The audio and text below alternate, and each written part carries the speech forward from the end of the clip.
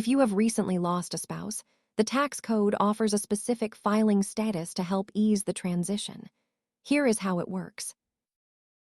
The IRS officially refers to this status as qualifying surviving spouse, though it is commonly called the widow or widower filing status. This status allows you to keep using the joint tax return benefit for 2 years after your spouse has passed, provided you remain unmarried.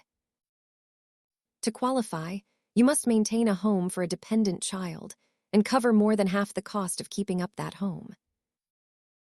This status is usually better than filing as head of household because it uses the tax brackets and standard deduction amounts for joint filers.